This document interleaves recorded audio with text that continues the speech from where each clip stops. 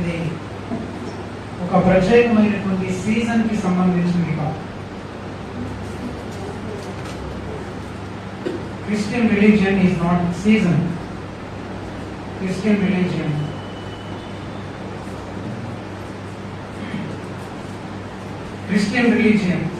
religion is not seasonal, but Christian religion is daily or everyday. తర్వాత క్రైస్తవులు మర్చిపోయింది ఇంకోటి ఏంటంటే,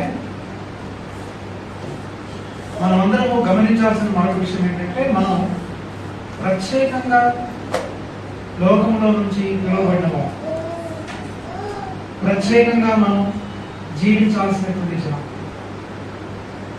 సకల జనుల మర్యాదకు భిన్నమైన జీవితం మనందరం జీవించాలి. అది ఎప్పుడైతే మనలో కనబడదో అప్పుడు మనము అన్య జనులతో కలిసిపోయినాం. అన్య జనులకి మనకి తేడా లేదు. మనము ఆ భిన్నత్వం అనేది ప్రజలు మనల్ని చూసినప్పుడు వారికి కనబడాలి. మనం ఆదివారాలు మాత్రమే క్రీస్తుని సేవిస్తూ, ఆదివారాలు మాత్రమే మన భక్తిని కనపరుస్తూ, సోమవారం నుండి శనివారం వరకు నార్మల్గా లోకస్తులందరూ పాటించే పద్ధతులు, జీవించే పద్ధతులే మనం అనుసరిస్తూ ఉంటే అది నిజమైన క్రైస్తవ్యం కాదు. అందుకని అన్ని జనులకి మనకు తేడా ఎక్కడ ఉందంటే ఓన్లీ ఆదివారాలే తేడా ఉంది. ఆదివారం మనం ప్రార్థనకి వెళ్తాం, వాళ్ళు ఎక్కడికి వెళ్తారు, లేదా వాళ్ళు గురు గోపురాలకు వెళ్తారు. మిగతా రోజులు వాళ్ళు ఎలా జీవిస్తున్నారు, మనం అలానే జీవిస్తున్నాం అనుకో. అప్పుడు క్రైస్తవ్యం యొక్క ప్రత్యేకత తెలియచాం. అందుకే హోషేయ గ్రంథం అంటాడు కదా, 7వ అధ్యాయంలో అంటాడు, అన్య జనులు ఎఫ్రాయిము అన్య జనులతో కలిసిపోయాడు, ఎవరినో తిప్పివేయని అప్పము వంటి వాడాలి. చూడమాట హోషేయ గ్రంథం 7వ అధ్యాయము, హోషేయ గ్రంథం 7వ అధ్యాయంలో ఈ మాట మనం చూడాలి.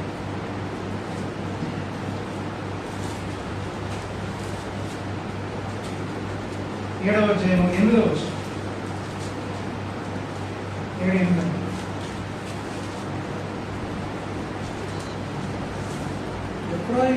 ఎఫ్రాయిము అన్య జనులతో కలిసిపోయాడు. ఎఫ్రాయిము ఎవరినో తిప్పివేయని అప్పము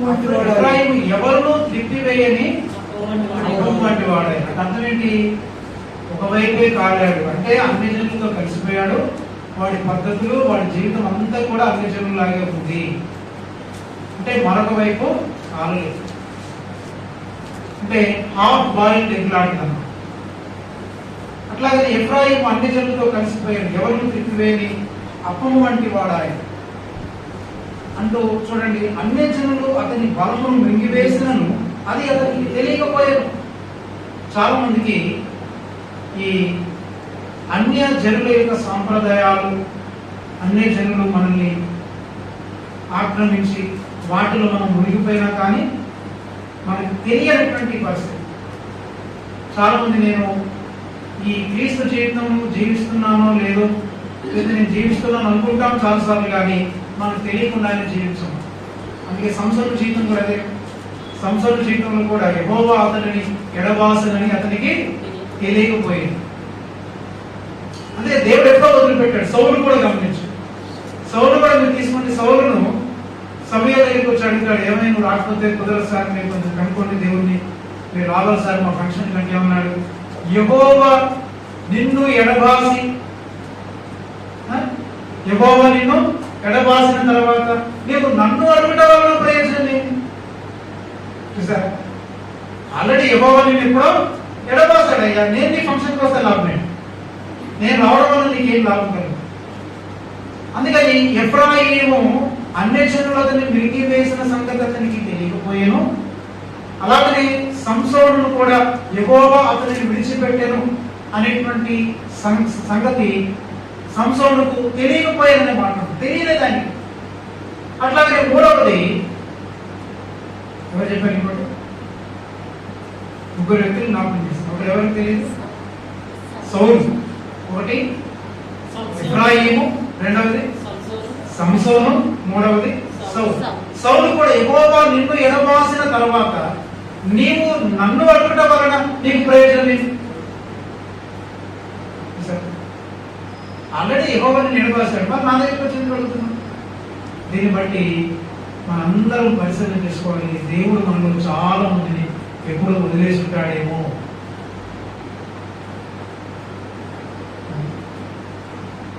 అంటే దేవుడు కొంతమందిని ఆల్రెడీ వదిలిపెట్టేశాడు. అంటే ఆయన వదిలిపెట్టాడో లేదో మళ్ళీ మనం పరిశీలన చేసుకోవాలి. అందుకన్నా కదా మీ పిలుపును, మీ ఏర్పాటును నిశ్చయం చేసుకున్నట్టుకు మరి జాగ్రత్త పడండి. మన పిలుపు, మన ఏర్పాటు ఎంతవరకు సరిగా ఉన్నది అనేది మనల్ని మనం ఆత్మ పరిశీలన చేసుకోవాలి. మనం ఊరికనే కొత్త ప్రసంగం, ఈ రోజు ప్రసంగం, మరుసటి ప్రసంగం అని అనడం కాదు. కాబట్టి దేవుని యొక్క వాక్యాన్ని మనం వింటున్నప్పుడు మనం ఎలా మారాలి, మనం ఎలా ఉండాలి అంటే క్రీడలు మనం ఈ జాగ్రత్తలు తీసుకోవాలి. కొన్నిసార్లు దేవుడు యెహోవా అతనిని ఎడబాసనని అతనికి తెలియకపోదు. వాడికి ఎప్పుడో ఎడబాసాడు, ఎప్పుడో దేవుడు వదిలేశాడు, వాడికి తెలియట్లేదు పాపం. అంచేత మనందరం కూడా తెలుసుకోవాల్సిన విషయం ఏంటంటే క్రైస్తవ జీవితంలో దేవునితో అనుబంధం, దేవునితో ఆ సంబంధం అది నిరంతరము కొనసాగుతుందా? అందుకే ప్రతిదినము తన సెలవునెత్తుకొని నన్ను వెంబడించాలి అని. ప్రతిరోజు ఆయన సెలవునెత్తుకొని మనం వెంబడించాలి. ఒకసారి బుద్ధుని దగ్గరికి తన పూర్వ విద్యార్థి ఒకరు వచ్చాడు. బుద్ధుని దగ్గరికి పూర్వ విద్యార్థి, ఈయన దగ్గర చదివి వెళ్ళినటువంటి విద్యార్థి ఒకడు వచ్చాడు. వచ్చినప్పుడు వాడిని అడిగాడు, వాడిని పిలిపించి అడిగాడు, ధ్యానం గురించి అడిగాడు. ధ్యానం అంటే ఏంటయ్యా కొంచెం చెప్పు, ధ్యానం గురించి నువ్వు ఏం నేర్చుకున్నావు చెప్పు అంటే వీరికి ఆ ధ్యానం గురించి పాఠాలు చాలా కంఠోపాతం అన్నమాట. గడగడ చెప్పేయగలని ఒక ఎక్కలు చదివినట్టు, 2 ఎక్కలు 3 ఎక్కలు చదివినట్టు ఎక్కడెక్కడ మొత్తం దాంట్లో ఉండేటువంటి ఆ ప్రక్రియలు ఏంటి, ధ్యానంలో ఉన్న దశలు ఏంటివి, ఏ ధ్యానం చేస్తే ఏం కలుగుతుందని అన్ని ధ్యానాల గురించి వెంటనే ఒక 10 నిమిషాలు మొత్తం వర్ణించేశాడు. చాలా బాగా చెప్పాడు. చెప్పిన వెంటనే అప్పుడు బుద్ధుడు అడిగాడు. అప్పుడు బుద్ధుడు వాడిని వెంటనే ఏమడిగాడంటే, సరే మంచిది శిష్యుడా, చాలా బాగా చెప్పావే నువ్వు, కానీ ధ్యాన సమయంలో నీవు పొందిన అలౌకికమైన అనుభూతులను కొన్నింటిని వివరించాను.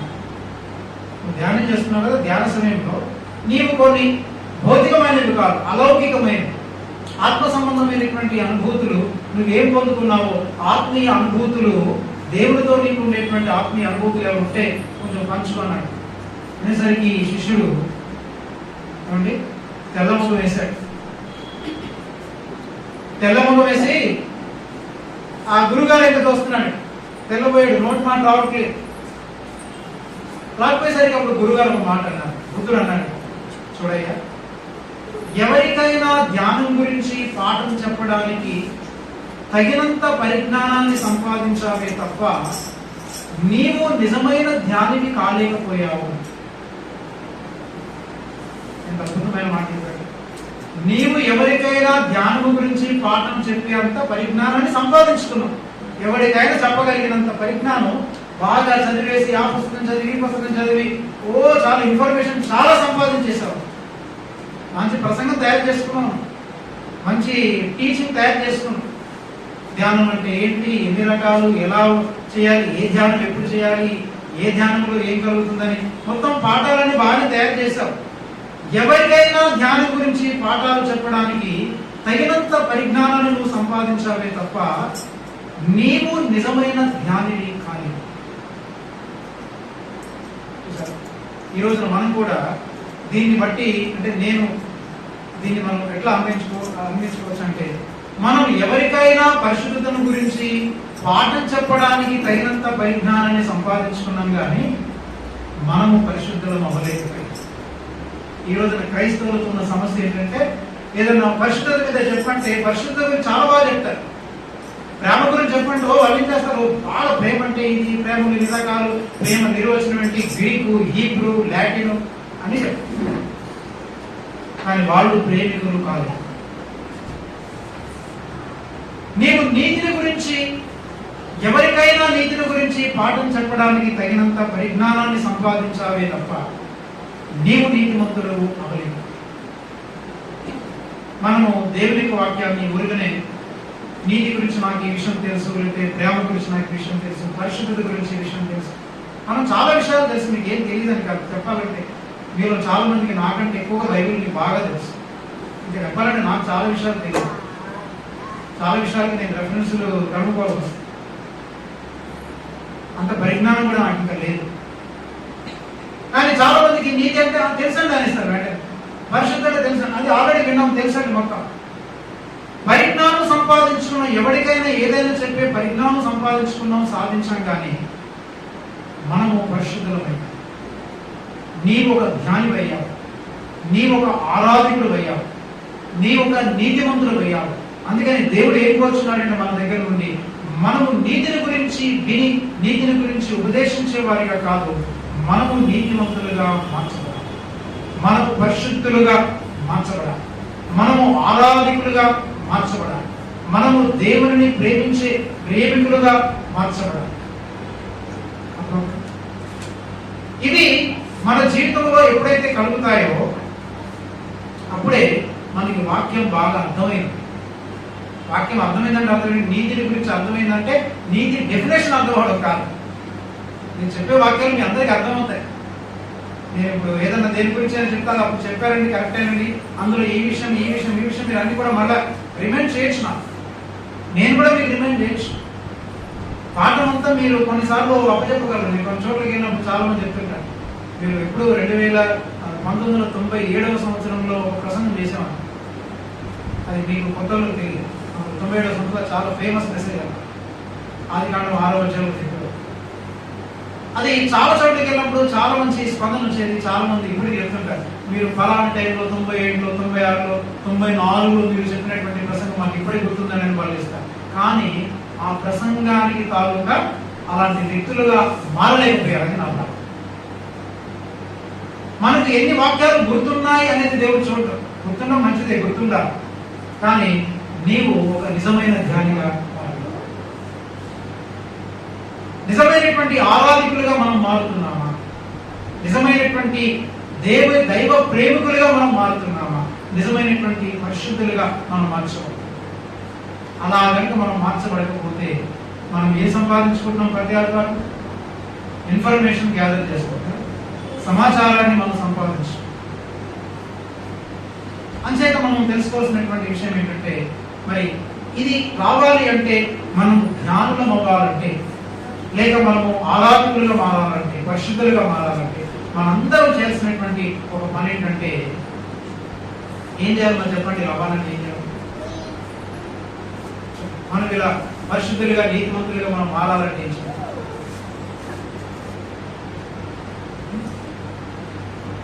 చెప్పండి, ఏం చేయాలి? మళ్ళీ ఇది ఒక ఇన్ఫర్మేషన్, కానీ ఏం చేయాలో తెలుసుకొని చేయాలి. మనం ఏం చేయాలి? పరిశుద్ధులుగా మారాలంటే, నీతిమంతులుగా మారాలంటే, ఆరాధికులుగా మారాలంటే తెలుసు. చెప్పిన వెంటనే వస్తే అంతేనా? ఏం చేయాలి?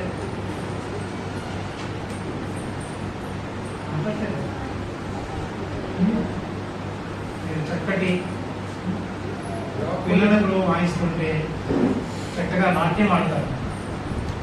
అందరు నిలబడి అంటే చక్కగా లేచి నిలబడతారు, కూర్చోమంటే కూర్చోమంటారు, వెళ్ళిపోండి అంటే వెళ్ళిపోతారు.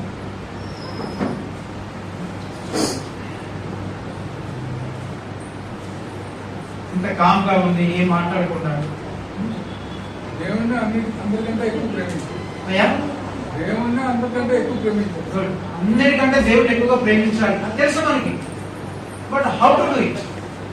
దేవుడిని ప్రేమించాలని తెలుసు మనకి. ఇప్పుడు దాన్ని మనం ప్రాక్టీస్ అందరూ మాట్లాడుకోవడం, ఎందుకంటే మన ప్రసంగాలు బాగా అలవాటే. అయ్యా, దూరంగా ఉండాలి. ఇదంతా కూడా ఇన్ఫర్మేషన్, ఇవన్నీ తెలుసు మనకి. దూరంగా ఉండాలి ఎంత అనుకుంటున్నాం. సరే, ఉండాలంటే ఏం చేయాలి?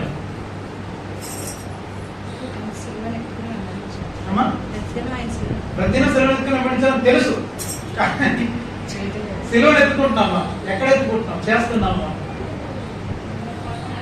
అమ్మా, ఉన్న పాటన అన్ని తెలుసు, పాట కూడా పాడేస్తాం. ఉన్న పాటున వచ్చు చున్నాను నీ పాద, ఆదివారం వరకే పాట వరకే.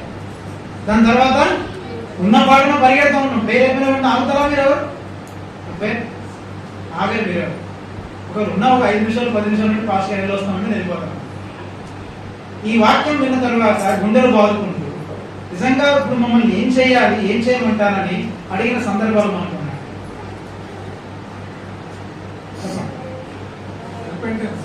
రిపెంటెన్స్ అన్ని తెలుసు మనకి. రిపెంటెన్స్ అంటే అన్ని చేయాలి, జాగ్రత్త. అన్నిటికంటే ముఖ్యంగా ఒకే ఒక మాట మీకు జ్ఞాపకం చేసి నేను ముగిస్తాను. ఇది చాలా ప్రాముఖ్యమైన సెక్షన్. మనం అన్ని ఈ నీతిమంతులుగా, పరిశుద్ధులుగా, ఆరాధకులుగా మారాలంటే మనం చేయాల్సిన ఒకే ఒక పని, మనము దేవునికి విధేయత లోబడడం నేర్చుకోవాలి. ఏం చేయాలి? మనకి చాతకందే లోబడడం తప్ప అన్ని చేస్తాం. అందుకని మీరు బైబిల్ గ్రంథంలో గమనించండి, సౌలు యొక్క జీవితంలో దేవుడు అన్నాడు, నీవు అమాలేకీయుల యొక్క పశువులని, పిల్లలనేమి, వృద్ధులనేమి, స్త్రీలనేమి అందరినీ చంపమన్నాడు. ఈ అయ్యగారు ఏం చేశారు? అందులో ఎడ్లలో రొబ్బిన వాటిని కొన్నిటిని కడగా ఉంచాడు. ఎందుకు కడగా ఉంచాడు? చదవండి. మొదటి సమయాల గ్రంథం 15 వచ్చాం సార్.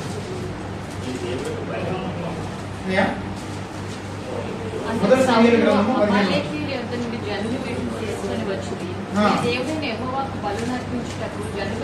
ఆ మాట చాలా బాగుంది. అది మళ్ళీ చదువు. నీ దేవుడైన యెహోవాకు బలులను అర్పించుటకు జనులు గొర్రెల్లోను ఎడ్లలోను మంచి వాటిని ముందరించేది, మిగిలిన వాటన్నింటినీ మేము నిర్మూలన చేసింది. సౌలు రీజనింగ్ చూడండి. ఏమయ్యా అన్నింటి చంపంటే చంపలేదు ఏంటంటే, గురుమన్ సార్ అన్నింటి చంపడం ఏంటంటే, దేనికి ఉంచాడట? ప్రొవ్విన ఎడ్లని, గొర్రెలని ఎందుకు ఉంచాడు? ఎందుకు కడగా పెట్టాడు? సౌలు కోసం కాదు, దేవునికి యెహోవాకు బలిగా అర్పించడానికి ప్రత్యేకపరిచాడు. తప్ప రైట్ చెప్పండి. దేవుని కొరకు.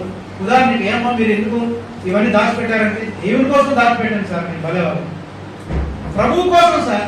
మాస్ గారు మీకోసం ఏంటంటే అంటే నేను నన్ను మాట్లాడగలనా? నా కోసం చేశారా? పర్లేదు, తప్పైతే పర్లేదు. అలాంటి దేవుడు సేవకులు దేవునికి చాలా ఆశీర్వాదం అంటారు. సమయాన్ని గమనించండి. సౌలు దగ్గరికి వెళ్ళి ఎందుకయ్యా ఇలా చేశావంటే, ఊరుకోండి సార్, యెహోవాకు బలులను అర్పించడం కొరకే రొబ్బిన వాటిని, ఎడ్లని, గొర్రెలని నేను కడగా పెట్టాను తప్ప నా స్వార్థం కొరకు పెట్టలేదండి. దేవుడికి మరి ప్రొవ్విన ఇవ్వాలి కదా, శ్రేష్టమైనది ఇవ్వాలి, అందుకే పెట్టాను. అందుకే 22 వచనం అంటున్నాడు, బలులు అర్పించడం కంటే, ప్రొవ్విన ఎడ్లను అర్పించడం కంటే యెహోవా మాట వినుట శ్రేష్టం. ఏంటంటే చెప్పండి, యెహోవా మాట వినుట శ్రేష్టం. అంటే ఏది ప్రాముఖ్యం? ఇప్పుడు నీవు దేవుని కొరకు ఒక మంచి కార్యం చేసినా, దేవుని మాట వినకుండా దేవుని కొరకు ఎంత మంచి కార్యం చేసినా కానీ దేవుడు నిన్ను అంగీకరించడు. గుర్తుపెట్టుకో. దేవుని కొరకు మనం ఎంత మంచి కార్యం చేసినా, దేవుని కొరకు మనకున్న ఆస్తులు, ఇల్లు, స్థలాలు, పొలాలు అన్ని అప్పగించినా కానీ ఆయన మాటకు లోబడి జీవించకుండా ఉంటే మనం అర్పించిన అర్పణలు మన యొక్క విధేయతకు ప్రత్యామ్నాయాలు కావు. అందుకే నేను దీనికి ఒక స్టేట్మెంట్ పెట్టాను. అంటే prayer is no substitution for obedience. Prayer is no substitution for obedience. Offering is no substitution for our obedience. అంటే మన విధేయతకి మన అర్పణలు లేక మన బలులు ప్రత్యామ్నాయంగా చేయకూడదు, ప్రత్యామ్నాయం కాదు. అలాగే మన యొక్క ప్రార్థన, చాలా మంది తెగ ప్రార్థనలు చేస్తారు. ఎందుకంటే ప్రార్థన చేస్తున్నావు నోరు? నువ్వు విధేయత లేనటువంటి ప్రార్థన నా దగ్గర ఎందుకు చేస్తున్నావు? విధేయత లేకుండా నువ్వు ఎంత ప్రార్థన చేసినా, ఎన్ని గంటలు ప్రార్థన చేసినా కానీ దేవుడు అంటాడు, నీ ప్రార్థనలు నాకు వద్దు. యెషయా గ్రంథం 1:21 మనం చూద్దాం. యెషయా గ్రంథం చూడండి. ఇక్కడ యెషయా గ్రంథంలో ఈ మాట మనం చూడండి.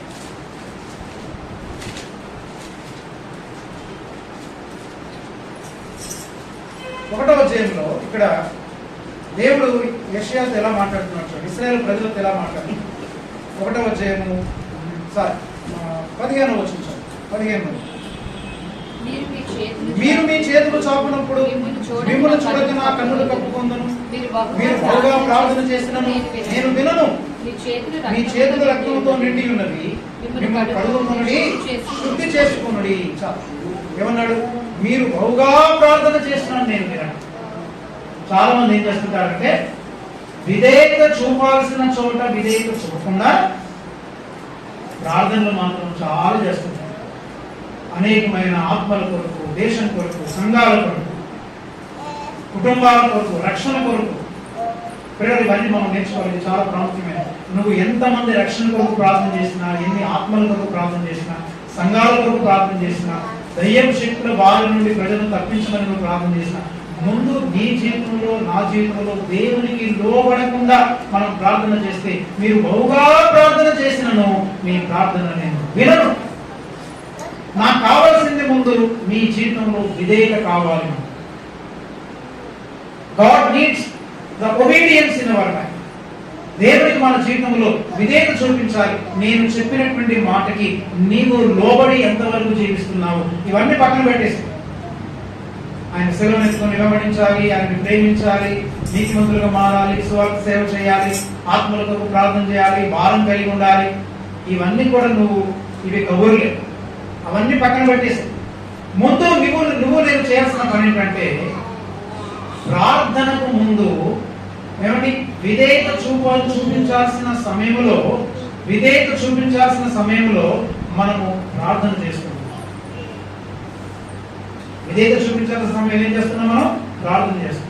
విధేయత చూపించాల్సిన సమయంలో ఏం చేస్తున్నాం? వాక్య ధ్యానం చేస్తాం. అందుకని ఇక్కడ గమనించండి, విధేయతతో కూడినటువంటి ప్రార్థనని మాత్రం అంగీకరిస్తాడు తప్ప విధేయత లేనటువంటి ప్రార్థన దేవుడు అంగీకరించాడు. విధేయత లేనటువంటి అర్పణ అంగీకరించాడు. బలులు అర్పించడం కంటే, కృపలేటలు అర్పించడం కంటే యెహోవా మాట వినుట శ్రేష్టం. ఒకవేళ యెహోవా మాట వినకుండా, ఆయనకి లోబడకుండా కనుక మనం ప్రార్థన చేసుకుంటే అదేంటో తెలుసా? అక్కడే రాస్తున్నాడు, మనము దేవుని మీద తిరుగుబాటు చేస్తుంటాడు. అంటే ఒక విధంగా చెప్పాలంటే తిరుగుబాటు ప్రార్థన. దేవునికి లోబడకుండా ప్రార్థన చేస్తే ఏం చేస్తున్నాం? దేవుని మీద తిరుగుబాటుతనం చేస్తాం. తిరుగుబాటుతనమే కాదు, సోది చెప్పుట అయిన పాపముతో సమానం. నువ్వు సోది చెప్తున్నావు నా దగ్గరికి వచ్చి. చాలా మంది దేవునికి సోది చెప్తుంటారు. వీడు లోపడాల్సిన జీవితం లోబడ్డు, సరి చేసుకోవాల్సిన జీవితాన్ని సరి చేసుకోవద్దు, ఏది విడిచిపెట్టాలో అది విడిచిపెట్టాడు, ఎక్కడ దాన్ని తృణీకరించాలో దాన్ని తృణీకరించాడు, ఎక్కడ జీవితాన్ని ప్రక్షాళన చేసుకోకుండా ఇక్కడికి వచ్చి దేవునికి సోది చెప్తా ఉంటాడు. ప్రభా వీళ్ళని దీవించండి, ప్రభా వాళ్ళని దీవించండి, ప్రభా ఆశ్రయించండి, ప్రభా మా భాష గారిని దీవించండి, ప్రభా మా దేశాన్ని దీవించండి, రాజులను దీవించండి. Non sense. ఎవరు చెప్పాడు నీకు ఈ ప్రార్థన ఏమో? మళ్ళీ దేవుడి కొరకు ఏం చేస్తున్నాను? ప్రభా మందిరం కట్టాను, దేవుడి కొరకు కట్టాను, నాకు విధేయత చూపకుండా నీవు కట్టిన మందిరం నాకు అనవసరం. నాకు విధేయత చూపకుండా నీ ఆస్తినంతా నువ్వు ఇచ్చిన. అక్కడ అంటాడు కదా, ప్రేమకాడు నేను ప్రేమ లేని వాడనైతే, నా ఆస్తినంతా ఇచ్చినప్పటికీ నేను ప్రేమ లేని వాడనైతే. ఏమన్నాడు? 1 కొరింథీ 13వ అధ్యాయంలో మాట చూడండి. కొరింథీయులకు రాసిన మొదటి పత్రిక 13వ అధ్యాయంలో ఏమంటాడు? 1 కొరింథీ 13 అంటాడు, దేవదూతల భాషలతో నేను మాట్లాడాను. తర్వాత 3వ వచనం చూడండి. 3వ వచనం, బీదల పోషణ కొరకు నా ఆస్తి అంతయు ఇచ్చినను, ఆల్చబట్టుటకు నా శరీరమును అప్పగించినను, ప్రేమ లేని వాడనైతే నాకు ప్రయోజనమేమీ లేదు. ప్రేమ అంటే ఏంటి? దేవుణ్ణి ప్రేమించడం అంటే, దేవుణ్ణి ప్రేమించడం అంటే చెప్పాను కదా, ఒకడు నా ఆజ్ఞలను గైకొనడు, నన్ను ప్రేమించువాడు నా ఆజ్ఞలను గైకొంటాడు. అంటే అర్థం ఏంటి? ప్రేమించడం అంటే దేవునికి లోబడి ఉన్నాం. బీదల పోషణ కొరకు నా ఆస్తి అంతా ఇచ్చిన దేవుడు అంటాడు, ఎవరు ఇవ్వమన్నాడు నీ ఆస్తి? అర్థం, దేవదూతల భాషలతో మాట్లాడుతానండి, భాషలు వచ్చు, నాకు ప్రవచనాలు వచ్చు, నాన్ సెన్స్. అవన్నీ కూడా ప్రయోజనము లేదు. అవి గనగనం రోగేడు కంచును తాళమునై ఉన్నవి. ప్రవచించు కృపావరము కలిగి మర్మములన్నీయు జ్ఞానమంతయు ఎరిగిన వాడనైనను, కొండలను పెగిలింపగల పరిపూర్ణ విశ్వాసము గలవాడనైనను, ప్రేమ లేని వాడనైతే నేను వ్యర్థుడనే. అంటే నేను నా దేవునికి లోబడిన వాడనైతే నేను వ్యర్థుడనే. ప్రియా దేవుడు బిడ్డలారా, ఆలోచించండి. ఒక భక్తుడు చెప్పిన వర్తమానాన్ని నేను విన్నాను. ఆయన చెప్పినటువంటి దాంట్లో ఒక 3 మాటలు మీకు జ్ఞాపకం చేస్తాను. చాలా అద్భుతమైనటువంటి మాటలు చెప్పాడు. అంటే యెహోషువ జీవితం గురించి, అంటే విధేయత చూపాల్సిన చోట విధేయత చూపాల్సినటువంటి చోట యెహోషువ ప్రార్థన చేస్తున్నాడు. ఆయన చూడండి, ఆయన చేసేటువంటి ప్రార్థన మనము యెహోషువ గ్రంథం 7వ అధ్యాయంలోకి వెళ్దాం. యెహోషువ గ్రంథం 7వ అధ్యాయంలో ఆయన ఎలాంటి ప్రార్థన చేస్తున్నాడో చూడండి.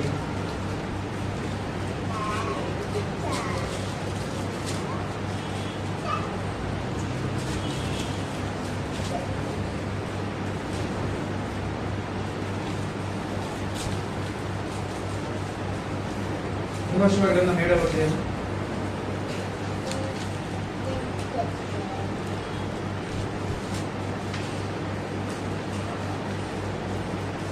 ఈ వచనాలు చాలా బాగుంటాయి.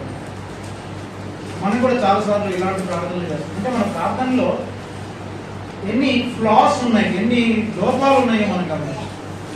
మన ఊరికనే ప్రార్థనలు చేసేస్తున్నారు అందరు ఊరికనే.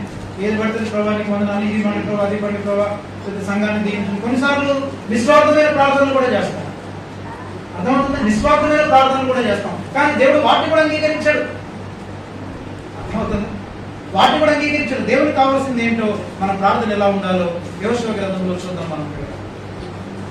ఇక్కడ చూడండి, ఈ దేవునికి లోబడకుండా మనం చేసేటువంటి ప్రార్థన, దేవునికి లోబడకుండా మనం చేసే ప్రార్థన మనం దేవుని మీద తిరుగుబాటు చేయడంతో సమానం.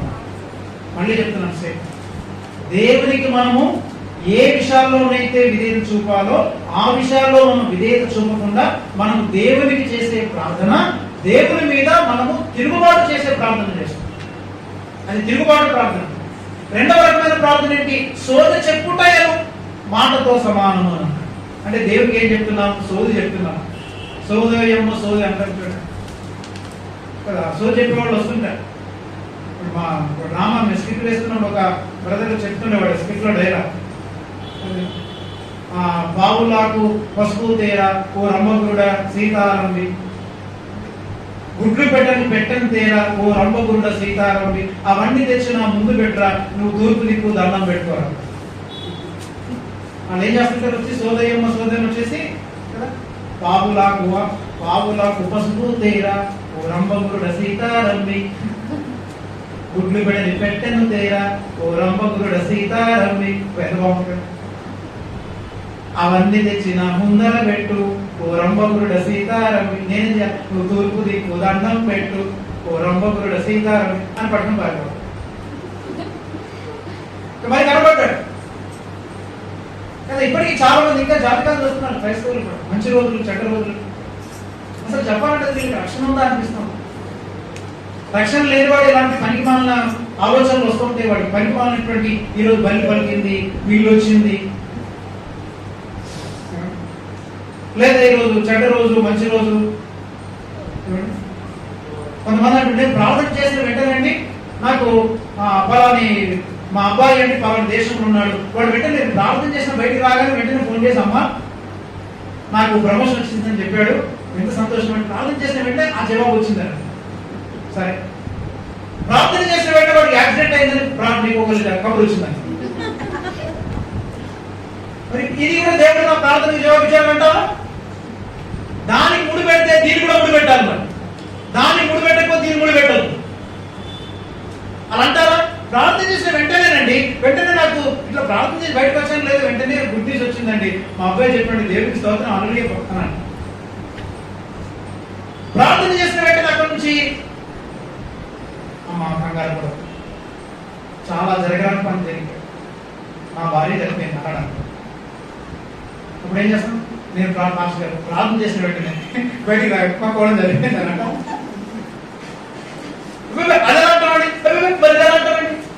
దీనికి ముడి పెడితే దానికి ముడి పెట్టాలి, దానికి ముడి పెట్టకపోతే దీనికి కూడా ముడి పెట్టవద్దు. ఇవన్నీ కూడా మన బుద్ధిహీనమైనటువంటి ఏమండి లోకానుసారమైనటువంటి వాక్య సంబంధమైనటువంటి పిచ్చి. ఇవి నేర్చుకోం మనం. అందుకని గమనించండి, మన ప్రార్థనలు ఎలా ఉంటాయంటే, రెండు ఉదాహరణలు జ్ఞాపకం చేసి నేను వాక్యంలో కొంచెం లోపలికి వెళ్తాను. యాకోబు 20 సంవత్సరాలు మామగారి దగ్గర కొలువు చేసి అయిపోయిన తర్వాత పారిపోతున్నాడు. అన్నేమో ఏసావు తరుగుతున్నాడు. అన్న తరుగుతుంటుంటే ఏసావు తరుగుతుంటుంటే అయ్యగారికి భయం వచ్చేసింది. మోసం చేసినప్పుడు భయం రాలేదు దీనికి. అయ్యగారికి మోసం చేసినప్పుడు, అన్నను మోసం చేసినప్పుడు భయం లేదు. ఏమంటే అమ్మ నాన్నని మోసం చేసినప్పుడు భయం లేదు, మామను మోసం చేయడానికి ట్రై చేసాడు, మోసపోయాడు. మొత్తం మీద భయం లేదు. కానీ ఇప్పుడు భయం పుట్టుకొచ్చింది. ఏసావు తరుముకుంటూ వస్తుంటే ప్రార్థన చేశాడు. మోకాలు వేసి చాలా విజ్ఞాపన చేశాడు. మనం కూడా అట్లాంటి ప్రార్థన చేస్తుంటాం. కష్టాలు దుఃఖాలు వచ్చినప్పుడు మనం ప్రార్థన చేస్తాం. ఎలాంటి ప్రార్థన చేశాడు తెలుసా? రండి మనం చదువుకుందాం. ఆదికాండము 32వ అధ్యాయము 11వ వచనాన్ని మనం చదువుతాం. అంటే మనకి ఈ విషయాల మీద కొంత అవగాహన ఉండాలి. అందుకే మీకు ఇవన్నీ చాలా కూలంకషంగా చెప్తున్నా. ప్రియమైన దేవుడు గారు గమనించండి. 32వ అధ్యాయము 11వ వచనాన్ని మనం చదువుకుందాం. చదవండి ఎవరైనా. నా సహోదరుడైన ఏశావు చేతిలో దయచేసి నన్ను తప్పించు. ఏమన్నాడు? నా సహోదరుడైన ఏశావు చేతిలో నుండి నన్ను తప్పించుము. అతడు వచ్చి పిల్లలతో తల్లిని నన్ను చంపునేమని అతనికి భయపడుచున్నాను. ఏమని ప్రార్థన చేస్తున్నాడు? దేవా, నా అన్న వచ్చి నన్ను చంపేస్తాడు, కాబట్టి నా అన్న అయిన ఏశావు చేతిలో నుండి నన్ను తప్పించుమని ప్రార్థన చేశాడు. చాలాసార్లు ఏమండి మనం చేసేటువంటి ప్రార్థనలు ఏంటంటే మన ప్రార్థనలని మన పాపాలని మనం సరిచేసుకోకుండా మనం దేవుని దగ్గరికి వెళ్ళి మనము దేవుని వాగ్దానాలని కూడా కోట్ చేసి ప్రార్థన చేస్తాం. కొంతమంది ప్రభావం అలాంటప్పుడు ఈ వాగ్దానం చేసావు కదా, ఈ వాగ్దానం నా జీవితంలో నెరవేర్చు ప్రభా. జాగ్రత్త వినండి. దేవుడు వాగ్దానం చేసింది నువ్వు ఏ పాపం చేసినా కానీ నీకు ఆ వాగ్దానం నెరవేరుస్తానంట. మళ్ళీ వాగ్దానాలను మనం ఎత్తి ప్రార్థన చేస్తాం. ఫలానా ఈ వాగ్దానం చేసాం, ఆ వాగ్దానం చేసాం అని అంటుంటాం. కానీ దేవుడు ఏమంటాడంటే ఆయన ఎన్ని వాగ్దానాలు చేసినా నీ పాపాన్ని సరిచేసుకోనంత వరకు దేవుడు చేసిన వాగ్దానాన్ని ఆయన నెరవేర్చు. అంటే దేవుడిని మనం గుబ్బుట్లోకి తెచ్చుకోవడానికి మనం ప్రయత్నం చేస్తుంటాం. లేకపోతే మనము ఎంత తప్పు చేసిన తర్వాత చాలా మంది తప్పులు చేసి దేవుడు తమకు సపోర్ట్ చేయాలని కోరుకుంటా ఉంటాం. జాగ్రత్తనండి. మనం కొన్నిసార్లు ఏం చేస్తుంటాం చూడండి, తప్పు చేసి పాపాలు చేసి దేవుడు నాకు సపోర్ట్ చేయాలని మనం కోరుకుంటాం. అది కోరుకునేటువంటి ప్రార్థన అది తప్పుడు ప్రార్థన. దేవుడు అంటున్నాడు, యాకోబు పరిస్థితి, యాకోబు తప్పు చేసి ఏమంటున్నాడు? నా అన్నయ్య అయినటువంటి ఏశావు నుండి నన్ను తప్పించమంటున్నాడు. అంటే తాను చేసినటువంటి పాపాన్ని ఒప్పుకొనకుండా తన అన్నగారి చేతిలో నుండి తప్పించమని దేవుని సపోర్ట్ అడుగుతున్నాడు. మన ప్రార్థనలు కూడా చాలాసార్లు ఇలానే ఉంటాయి. మన పాపాలని సరిచేసుకోకుండా మనం దేవునికి విధేయత చూపకుండా దేవుని దగ్గరికి వెళ్ళి నాకు ఫలానా విషయంలో సపోర్ట్ చేయి, ఫలానా విషయంలో సహాయం చేయండి అని అడుగుతుంటామే. అది యాకోబు లాంటి ప్రార్థన. చెప్పండి, ఇప్పుడు ఎలాంటి ప్రార్థన యాకోబు చెయ్యాల్సి ఉంది అంటే, యాకోబు ఎలాంటి ప్రార్థన చేయాల్సి ఉందంటే ఏమని ప్రార్థన చేయాలంటే నా అన్నయ్య ఏశావు చేతి నుండి నన్ను తప్పించుమని అడగడానికి బదులు దేవా నాలో ఉన్న యాకోబు అనే మోసగాని చేతిలో నుండి ముందు నన్ను తప్పించు ప్రభు అని అడగాల్సింది. ఏమడగాల్సింది? ఆల్రెడీ నాలోనే ఒక మోసగాడు ఉన్నాడు. అంటే నాలో ఉన్న మోసగాని నుండి నన్ను తప్పించండి ప్రభు అని అడగడానికి బదులు ఏమడుగుతున్నాడు? నా అన్న అయిన ఏశావు చేతి నుండి తప్పించమని. అంటే అర్థం ఏంటి? నీవు దేవుని వాక్యానికి విధేయత చూపకుండా నీ పాపాన్ని నీవు సరిచేసుకోకుండా నీవు దేవుడు నీకు సహాయం చేయాలని, దేవుడు నిన్ను దీవించాలని, దేవుడు నిన్ను కనికరించాలని, ఆయన కృపా కనికరము వాగ్దానాలు నిన్ను నెరవేర్చాలని ప్రార్థన చేస్తున్నావే. ఇట్టి ప్రార్థన అది సోది చెప్తున్నావు దేవునికి. ఇట్టి ప్రార్థన దేవుని మీద నువ్వు తిరుగుబాటుతనము చేసే ప్రార్థన. ఏం ప్రార్థన చేయాలి? నాలో ఉన్న రాసుకుంటున్నావా? స్టేట్మెంట్ చెప్పాలా? అక్కర్లేదు. కంటిన్యూ చేసి ఉంది ఇంకా నేను కంటిన్యూ చేయట్లేదు. ఆగాను కాసేపు ఆగు. అర్థమైందా? ఏమంటాడు? చదవండి ఇంకా. అంటే ఈ ప్రార్థన కంటిన్యూ చేస్తున్నాడు. ఏమన్నాడు? నీవు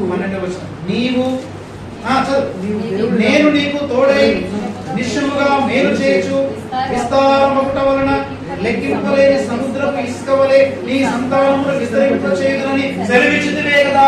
వాగ్దానం చేశావు కదా, సంతానాన్ని విస్తరింపజేస్తానన్నావు కదా. మా అన్న వచ్చి నన్ను చంపితే నీ సంతానం పోతుంది కదా, నీకే నష్టం కదా. ఎంత గొప్పవాడు దేవునికి. ఎంత కబుర్లు చెప్పినా మనం తెలియకుండా మనం ఎంత దుర్మార్గులం అండి. మనందరం చాలా దుర్మార్గులం. మనందరం చాలా మోసగాళ్ళం, మనం దేవుణ్ణి మోసం చేస్తాం అంటే ఇలాంటి మోసయుక్తమైన ప్రార్థన చేస్తున్నట్లు మనకు కూడా తెలియదు. నీ వాగ్దానం చేశావు కదా, వాగ్దానాన్ని కోట్ చేస్తున్నాడు, వాగ్దానాన్ని క్లెయిమ్ చేస్తున్నాడు. దేవుడు అన్నాడు, నువ్వు ముందు నోరు మూసుకొని ముందు నీ పాపం విషయం నేను పశ్చాత్తాపడు. ఎప్పుడు ఏశావు చేతి నుండి దేవుడు అతన్ని తప్పించాడంటే యాకోబు ఒక్కడే ఒంటరిగా యబ్బోకు రేవు దాటిపోయి ఒక్కడే మిగిలిపోయాను, యబ్బోకు రేవు దాటించేశాడు. తన పశువులని సంపదని అందరూ విడిచిపెట్టేసి యబ్బోకు రేవు దాటిపోయి ఒక్కడు ఒంటరిగా మిగిలిపోయి పశ్చాత్తాపడి ప్రార్థన చేస్తున్నాడు. నీవు నన్ను దీవించే వరకు నేను విడిచిపెట్టాను. అప్పుడు దేవుడు ఏం చేశాడు చెప్పండి? అప్పుడేమన్నాడు? నీవిక యాకోబు కాదు, అంటే తనలో ఉన్న మోసగాన్ని తీసివేయండి ప్రభువా, నాలో ఉన్న మోసగాడైన యాకోబు నుండి నన్ను విమోచించండి ప్రభువా అని ప్రార్థన చేసిన తర్వాతనే, లోబడిన తర్వాతనే దేవుడు ఏశావు చేతి నుండి తప్పించాడు. అంతవరకు ఏశావు చేతి నుండి తప్పించబడలేదు. అంచేత ప్రేమ దేవుడారా, మన ప్రార్థన ఎలా ఉందో గమనించాలి. మీకు అర్థమవుతుంది? మనం ఎలాంటి ప్రార్థన చేస్తున్నామంటే ఏశావు చేతిలో నుండి నన్ను తప్పించమన్నాడు కానీ ఏశావు నుండి నన్ను తప్పించమని కాదు. అంటే దేవా దయచేసి నాలో ఉన్న మోసగాని నుండి నన్ను తప్పించు. అట్లాగనే ఇంకొక ఉదాహరణ కొత్త నిబంధనలో 1-2 ఉదాహరణలు ఉన్నాయి. చాలా జాగ్రత్తనండి. ఆయన పేరేంటి? యూదా ఇస్కరియోతు కూడా గమనించండి. యూదా ఇస్కరియోతు 3.5 సంవత్సరాలు యేసు ప్రభుతో పాటు యేసు ప్రభు మేడగది మీద తన సిలువకు అప్పగించబడడానికి ముందు ఆయన మేడగది మీద పస్కను ఆచరిస్తున్నప్పుడు శిష్యులందరూ ఉన్నారు. మీలో ఒకడు నన్ను అప్పగించబోతున్నాడంటే మత్తయి సువార్త 26వ అధ్యాయంలో మనం చూడండి. మీరు చదవండి, 20 నుంచి చదవండి. అక్కడ ఏమంటాడంటే మీలో ఒకటి నన్ను అప్పగించబోతున్నాడంటే వాళ్ళు ఏమంటారు? వాళ్ళు శిష్యులు ఏమంటారు? ప్రభా నేనా అంటాడు. అనగానే అప్పుడు యూదా ఇస్కరియోతు కూడా ఏమంటాడు? ప్రభా నేనా ఏమంటాడు? వాడు నేనా అని వాడుకున్నాడు. అంటే గమనించండి, యూదా ఇస్కరియోతు మేడగదిలో నుండి వెళ్ళిపోయాను, మేడగదిలో నుంచి బయటికి వెళ్ళిపోయాడు. చాలా జాగ్రత్తనండి. యేసయ్యను అప్పగించడం అంటే యాక్చువల్గా యూదా ఇస్కరియోతు మేడగదిలో నుంచి వెళ్ళిపోవడం కంటే కూడా యూదా ఇస్కరియోతు తన పాపమును బయటికి వెళ్ళగొట్టడానికి బదులు తానే బయటికి వెళ్ళిపోయాడు. దేవుడు ఎంత అవకాశం ఇచ్చాడు? అక్కడ ఉండి తనలో ఉన్న పాపాన్ని బయటికి వెళ్ళగొట్టడానికి బదులు, బయటికి పంపించడానికి బదులు యూదా ఇస్కరియోతే బయటికి వెళ్ళిపోయాడు. ఎంత గొప్ప అవకాశాన్ని పోగొట్టుకున్నాడు. యూదా ఇస్కరియోతు బయటికి వెళ్ళిపోయాడు కానీ తనలో ఉన్న పాపాన్ని బయటికి పంపించలేకపోయాడు. అంటే దేవునికి లోబడలేకపోయాడు. ఒకవేళ యూదా ఇస్కరియోతు అదే క్షణమందు యేసయ్యకు లోబడి ఉంటే ఖచ్చితంగా క్షమించబడి ఉండేది. అందుకే బిడ్డరా, మనం చేసేటువంటి ప్రార్థనలో ఉండేటువంటి floss, the mistakes, the hypocrisy, వేషధారణ, పొరపాట్లు, లోపాలు, లోటులు ఎలా ఉన్నాయో మనం పరిశీలన చేసుకోవాలి. ఇప్పుడు యెహోషువ దగ్గరికి వద్దాం బిడ్డరా. యెహోషువ దగ్గరికి వస్తే అక్కడ 3 మాటలు నేను మీకు జ్ఞాపకం చేస్తాను. చూడండి, యెహోషువ గ్రంథం 7వ అధ్యాయంలోకి వెళ్దాం. మనం యెహోషువ గ్రంథం 7వ అధ్యాయంలో అన్నటువంటి ఈ మాటని మనం చదువుకున్నాం కదా. ఇక్కడ యెహోషువ కూడా విధేయత చూపాల్సిన సమయంలో ఏం చేస్తున్నాడట? విధేయత చూపాల్సిన సమయంలో ప్రార్థన చేస్తున్నాడు. యెహోషువ గారు కూడా ప్రార్థన చేస్తున్నారు. విధేయత చూపాల్సినటువంటి సమయంలో ప్రార్థన చేస్తున్నాడు. ఎలాంటి ప్రార్థన చేస్తున్నాడు యెహోషువ? చూడండి. అంటే ఒక విధంగా చెప్పాలంటే యెహోషువ ఎలాంటి ప్రార్థన చేస్తున్నాడంటే యెహోషువ దేవుని మీద తిరుగుబాటు చేస్తున్నాడు.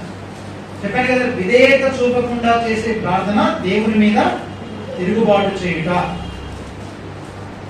దేవుని మీద మనం చాలాసార్లు తిరుగుబాటు ప్రార్థన చేస్తుంటాం. ప్రభా నువ్వు దీవించండి, ప్రభా ఆ విషయంలో దీవించండి, ఈ విషయంలో దీవించండి, నా కుమార్తెను, కుమారుని, పిల్లలను, భర్తను, నా కుటుంబాన్ని, మా అన్నని, మా అక్కని, చెల్లిని, తమ్ముని దీవించండి.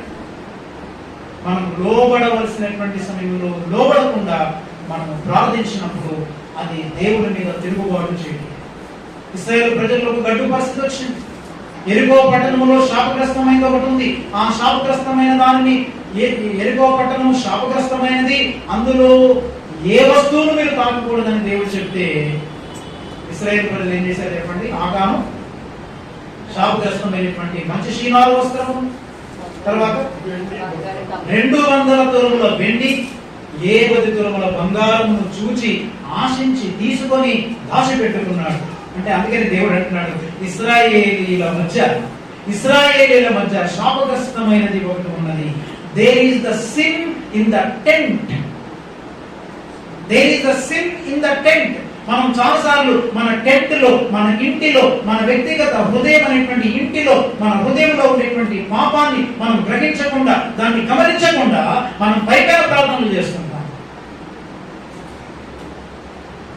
దేవుడు జ్ఞాపకం చేస్తున్నాడు, మీరు ముందుకు సాగాలి అంటే, మీరు యెరికో మీద విజయం పొందాలంటే, వీరిని మీరు జయించాలి అంటే, హాయి మీదికి వెళ్ళి ఆ పట్టణాన్ని మీరు ఆక్రమించుకోవాలంటే ముందు there is a sin in the tent. మీ గుడారములో పాపం ఉన్నది.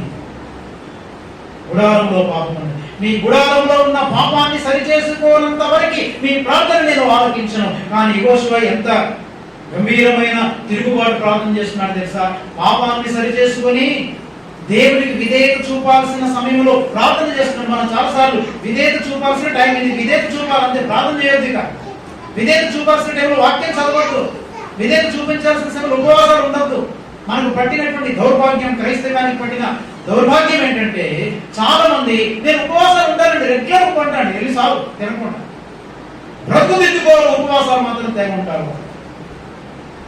జీవితాలు మార్చుకోరు, వాక్యాలు మాత్రం తెగ చదువుతుంటారు. బ్రతుకు దిద్దుకోరు, లోపడరు, దేవునికి ప్రసంగాలు తయారు చేస్తుంటారు. జీవితంలో దేవునికి లోపడినటువంటి అనుభవాలు ఉండవు. లోపల ఉన్న మోసగాడైనటువంటి ఏశావును, మోసగాడైన యాకోబును తరమని తీసివేయమని ప్రార్థించరు. ఆకారును నిర్మూలన చేయమని ప్రార్థించరు. దేవునికి లోబడరు, కానీ ప్రార్థనలు మాత్రం తెగ చేసుకుంటారు. ఉపవాస ప్రార్థనలు, ఆల్నైట్ ప్రేయర్స్, దేవ వాక్య ధ్యానము, బైబిల్ స్టడీస్, బైబిల్ కాలేజెస్, ప్రసంగాలు, మినిస్ట్రీస్, అక్కడ ప్రోగ్రామ్, ఇక్కడ ప్రోగ్రాము, క్రిస్మస్ పండుగలు, లెంట్ డేస్, ఆల్ నాన్సెన్స్. నీవు దేవునికి లోబడినంత వరకు నీవు చేస్తున్నటువంటి ఈ లెంట్ డేస్ అవ్వచ్చు, ఈస్టర్ అవ్వచ్చు, గుడ్ ఫ్రైడే అవ్వచ్చు, నువ్వు ఏ ప్రార్థనలు చేసినా దేవుని మీద నీవు చేసింది తిరుగుబాటు. ప్రియా దేవుని బిడ్డలారా, మన హృదయాలను మనం లోతుగా పరిశీలన చేసుకోవాలి. దేవుని దగ్గరికి వెళ్ళి చెప్పింది సోని. పిల్లలు కొన్నిసార్లు మన దగ్గర చదవాల్సిన టైంలో చదవకుండా వాడు వచ్చేసి కబుర్లు చెప్తున్నాడు. ఎగ్జామ్ పెట్టుకుని వాడు అంతసేపు మొబైల్లో ఆడి మన దగ్గరికి వచ్చి, మమ్మీ నీకు స్టోరీ చెప్పాలనుకుంటానంటే ఏమంటాం మనం?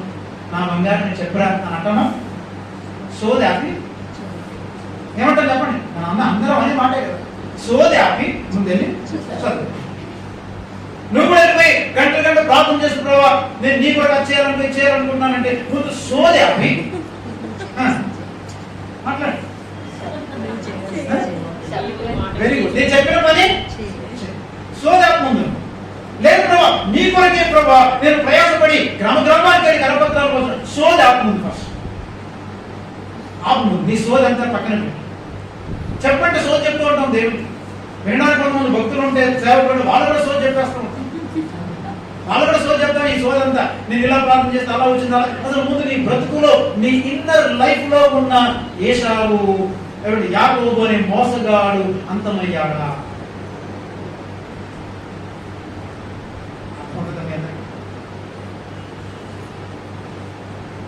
వీళ్ళు పోనంత వాడికి వీళ్ళని మనం నిర్మూలన అంటాడు. మీ ఇశ్రాయేలు మధ్యలో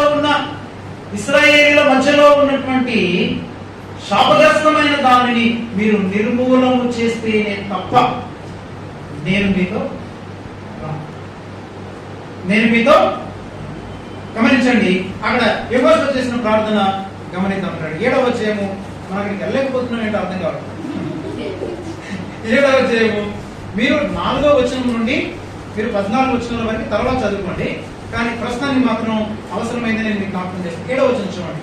అయ్యో ప్రభువా, యెహోషువ చేస్తున్న ప్రార్థన చూడండి. 6వ వచనం నుండి. యోషువ తన బట్టలు చింపుకొని మానవులు ఇశ్రాయేలీయుల పెద్దలను సాయంకాలం వరకు యెహోవా మందసం ఎదుట నేల మీద ముఖములు మోపుకొని తమ తలల మీద ధూళి పోసుకొనుచు, అయ్యో ప్రభువా యెహోవా మమ్మను నశింప చేయనట్లు అమోరీయుల చేతికి మమ్మను అప్పగించు.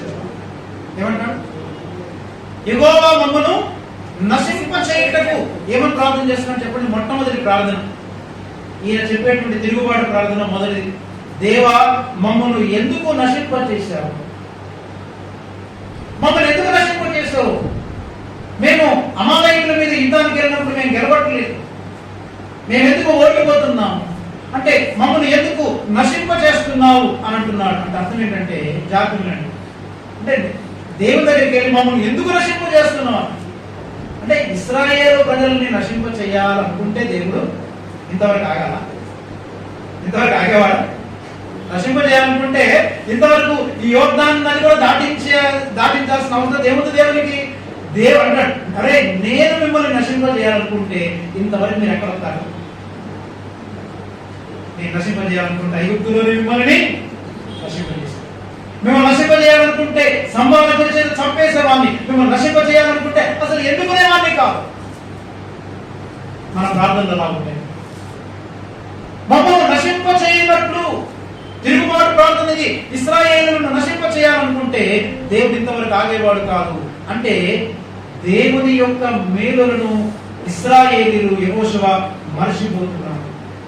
అంటే దేవుడు రక్షించేవాడే తప్ప ఆయన నశింప చేసేవాడు కాడు అనేటువంటి సత్యాన్ని గ్రహించలేకపోయారు. మనం కూడా చాలాసార్లు దేవుణ్ణి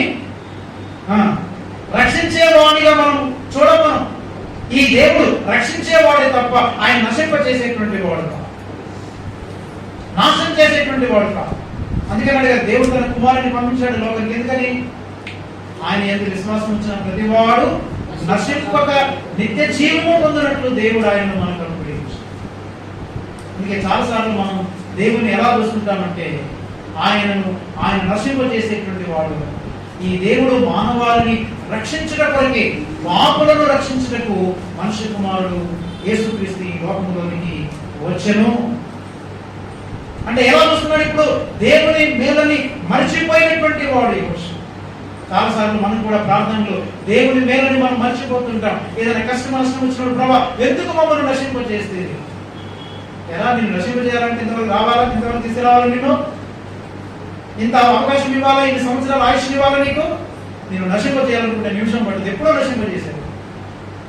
అది నంబర్ 1 క్రీడ. ఇక రెండవది ఏంటంటే ఈయన చేసినటువంటి తిరుగుబాటు ప్రార్థన. అంటే దేవుడి మీద తిరుగుబాటు ప్రార్థన చేస్తున్నాడు. మమ్మను చదవండి ఆ వచనం, 7వ వచనం. ఈ యోర్దాను మమ్మను నశింప చేయనట్లు అమోరీయుల చేతికి మమ్మను అప్పగించుటకు ఈ జనులను ఈ యోర్దాను నీవెందుకు దాటించితివి? చూసారా ఏమన్నాడు? అసలు ఈ యోర్దాను ఎందుకు దాటించావు మమ్మల్ని?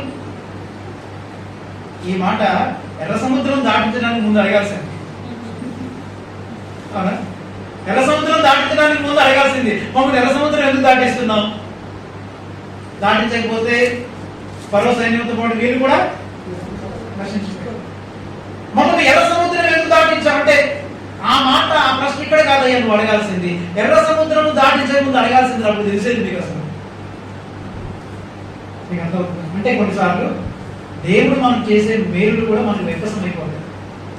దేవుడు మనల్ని బాగా ఆశీర్వదిస్తుంటే మనం దేవుడి మీద తిరుగుబాటు చేస్తాం. కొంతమందికి చూడండి, దేవుని ఆశీర్వాదాలు ఎక్కువైపోయిన తర్వాత ప్రార్థన మానేస్తాం. ఆశీర్వాదం ఎక్కువైపోయింది, ఆస్తులు ఎక్కువైపోయినాయి, చూసుకోవడానికి కార్లు మేడలు మిజలు డబ్బులు ఎక్కువైపోయినాయి, వెండి బంగారాలు పిల్లలు సంసారం చాలా పెరిగిపోయింది. అందుకని ఆస్తి విస్తరించుట వలన కొన్నిసార్లు దేవుడు మనల్ని బాగా దీవించడం వలన మనము దేవుని మీదనే మనల్ని వెక్కసం వచ్చేస్తాం. ఏమీ లేనప్పుడేమో మన సాక్షాత్ ఒకప్పుడు నేను సైకిల్ మీద వెళ్ళేవాడిని, ఇప్పుడు దేవుని కృపను బట్టి నాకు కారు ఇచ్చాడు. ఒకప్పుడు ఏమంటే ఫ్యాన్ లేకుండా ఎండలో అంటే ఆ కంబాల పాకలో పడుకునే వాళ్ళం మేము. చాలా మంది పెద్దవాళ్ళు చెప్పగలరు, కొంతమందికి అనుభవాలు. దీపం కింద చదువుకున్నాము, నేను కూడా దీపం పెట్టి చదువుకున్న అనుభవం ఉన్నాయి నాకు. దీపం బుడ్డి పెట్టుకొని ఆ కిరసనాలు కోసం చిన్న దీపం బుడ్డి ముందు పెట్టి దాని కింద అలా పుస్తకాలు తీసుకొని చదువుకున్నాను. కరెంట్ లేదు కానీ ఇప్పుడు దేవుడు నన్ను ఎందుకు దీవించాడు. మరి ఇప్పుడు ఏం చేస్తున్నావు? అందుకే ప్రార్థన టైం లేదు రావు, సహవాసానికి టైం లేదు. మనం ఎప్పుడన్నా వస్తా లేదా ముష్టి వేసినట్టు దేవుడి దగ్గర కొంచెం ముష్టి పడేసి వెళ్ళిపోతాం. నీ ముష్టి దేవుడికి అక్కర్లేదు, గడవ బయటికి వెళ్ళిపోతాం. ఆవరణ తినకూడదు, నేను రమ్మన్న వాడు ఎవరు వస్తాడు. దేవుడు నిన్ను దీవించిన దీవెన నీకు వెక్కసమైపోయింది. వెక్కసమైపోయి ఏమంటాడు? ఇన్ని మేలు చేస్తే ఎర్ర సముద్రము దాటిస్తే, అరణ్యములు నడిపిస్తే, పగలు ఎండ దెబ్బ అయినను రాత్రి వెనుక దెబ్బ అయినను తగలకుండా ఆయన అగ్నిస్తంభము మేఘస్తంభముగా ఉండి నిన్ను నడిపించి నిన్ను కాపాడి గద్ద తన రెక్కల మీద తన పిల్లలను మోసుకున్నట్లు ఇశ్రాయేలు ప్రజలారా మిమ్మల్ని ఐగుప్తు నుండి నా గద్ద రెక్కల మీద మోసుకొని వచ్చాను. ఇంత సంరక్షిస్తే ఇప్పుడు వచ్చి అంటాడు. అసలు యోర్దాను ఎందుకు దాటించావు? యోర్దాను ఎందుకు దాటించావు అంటే దేవుడు చేసిన మేలు మనకి వెక్కసమైపోయి మనం దేవుడిని మర్చిపోయి దేవుడి మీద నేను తిరుగుబాటు చేసేటువంటి స్థితికి వచ్చి ఉంటాడు.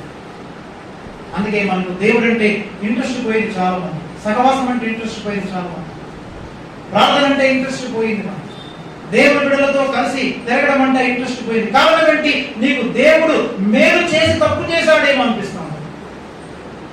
నేను అదే కమలపాకం వస్తే బాగుండేది. కమలపాకలో ఫ్యాన్ లేకుండా ఏమి లేకుండా దీపపుట్టి కింద నేను అక్కడ ఉంచితే నీకు బాగా బుద్ధి వచ్చింది. నీకు అన్ని వస్తువులు కల్పించేసి అన్ని రకాలైనటువంటి ఫ్యాన్ కు బదులు ఏసీలు ఇచ్చి అన్నిటికీ మంచి బంగ్లాలు ఇచ్చి మంచి బిల్డింగ్లు ఇచ్చి అన్ని శుభ సౌకర్యాలు దేవుడు మనకు కలిగించిన తర్వాత ఎందుకు దాటించాడు దేవుడు? ఎవరిదన్నది దేవుణ్ణి మనం ప్రశ్నిస్తున్నాం. దేవుని దగ్గరికి రావడానికి సాకులు చెప్తున్నాం. అలా ఇదేంది, అలా ఇదేంది, అలా అయింది, అసలు అవేమి లేకుండా ఉంటే బాగుండేది. మెయింటెనెన్స్ చాలా కష్టమైపోతుంది, ఇల్లు మెయింటెనెన్స్ చాలా కష్టమైపోతుంది, అందుకని ఆలస్యం అయిపోతుంది. అసలు నీకు ఆ ఇల్లే లేకుండా చేస్తుంటే శుభ్రంగా కమలపాకు అయితే అసలు తాళం లేనక్కడ శుభ్రంగా వచ్చేవాడు. అంతే కదా, చిన్న కమలపాకం దానికి ఏం తాళం చేస్తావు, ఏం తలుపు పెడతావు చెప్పు, ఏ పర్మిషన్ పెట్టుకుంటావు? ఎంతమంది పర్మిషన్ అంటారు కమలపాకి? ఏ ఏసీ పెడతావు చెప్పు? ఏసీ పని చేయాలి, ఏసీ కూడా రాలేదండి, మిక్సీ పాడైపోయింది, వాషింగ్ మిషన్ సరిగ్గా పనిచేయదు, ఏ వాషింగ్ మిషన్ పెడతావు? నీ స్థలమే లేదు. కమలపాక వెళ్ళాలంటే వంగి వెళ్ళాలి, కరెంటు కూడా లేదు నీకు. అలా చేస్తుంటే బాగుండేది దేవుడు మనకి. అందుకని ఎమోషన్ అంటున్నాను, ఇక్కడికి ముందు నశింప చేయవచ్చింది వా అబ్బా అంటే లోపడ్డా ముందు లోపడ్డానికి బదులు పాపమేంటో తెలుసుకోవడానికి బదులు దేవుడి మీద నివసం మాట్లాడుతున్నాడు. మా నశింప చేయడానికి వచ్చావా, ఎందుకు చేయనివ్వట్లేదు? ఇంకేమన్నాడు? మూడోది చూడండి, మూడోది ఏమంటున్నాడు అంటే వినండి, అక్కడ ఏమన్నాడు అంటే చాలా జాగ్రత్తనండి. ఇక్కడ మమ్మల్ని నశింప చేయడం వచ్చిందివా. మూడోది చదవమ్మా. అదే యోర్దాను అవతల కొంచెం ఆలస్యమైన ఈరోజు మీరు వాక్యం పూర్తిగా వినాలి, ఈరోజు వదిలిపెట్టండి. ఏమన్నాడు? మూడో మాట చూడండి, మూడో ప్రార్థన ఏమంటున్నాడు? ఇశ్రాయేలీలు ఈ జనులను ఈ యోర్దాను ఎందుకు నీవు దాటించితివి? మేము యోర్దాను అవతల నివసించటం మేలు. యోర్దాను అవతల నివసించటం మేలు. అసలు యోర్దాను అవతల ఉంటే బాగుండేది అని అంటున్నాడు. యోర్దాను అవతల ఏముంది? ఎర్ర సముద్రం అవతల ఏముంది అంటే వీళ్ళు బానిసత్వం ఉంది. అంటే బానిసత్వంలో జీవించడానికి ఇష్టపడుతున్నారు కానీ దేవుడిచ్చేటువంటి విడుదల, దేవుడిచ్చేటువంటి స్వేచ్ఛని అనుభవించడానికి ఇష్టపడుతుంది. బానిసత్వంలో బ్రతకడానికి ఇష్టపడుతున్నారు అన్నట్టు మేము అక్కడ ఇశ్రాయేలు ప్రజలు అంటారు కదా, అరణ్యం, మేము అక్కడ ఏంటి అరణ్యంలో ఉన్నప్పుడు మేము కీకరకాయలు కాకరకాయలు తింటివి. మేమేం తిన్నాం? కూరగాయలు తిన్నాము, బీరకాయలు తిన్నాము, ఇంకేమున్నాయి కాయగూరలు, కీర దోశలు తిన్నాము. తిన్నావు రా, కానీ ఇంకోటి కూడా తిన్నావు చెప్పట్లేదు. ఏం తిన్నాడు తెలుసా? కొరడా దెబ్బలు తింటివి, మట్టి పని సరి చేయకపోతే ఏం చేశాడు? కొరడాతో కొట్టాడు.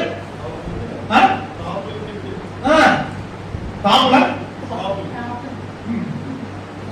అన్ని అన్ని తిన్నాము అంటే ఏం తిన్నాము? మేము కాకరకాయలు తిన్నాము, కేరకాయలు తిన్నాము, తాపు తిన్నాము, అవి తిన్నాము, ఇవి తిన్నాము. కానీ మీరు కూడా చెప్పట్లేదు, మర్చిపోయారు, దాచేస్తున్నారు. మీరు దెబ్బలు కూడా తింటుంది కదా, అది చెప్పకపోవా, అది బయట తీయకూడదు.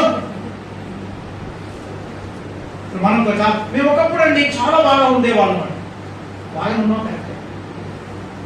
కానీ మనలో ఉన్న లోపాలు మనం యెహోషువ ప్రార్థన చేస్తున్నాడు. వారసత్వములో ఉన్న ఆ మధురాన్ని వెతుక్కుంటున్నారే తప్ప విడుదలని కోరుకోవట్లేదు. వారసత్వమే కావాలని కోరుకుంటున్నారు. అర్థమవుతుందా?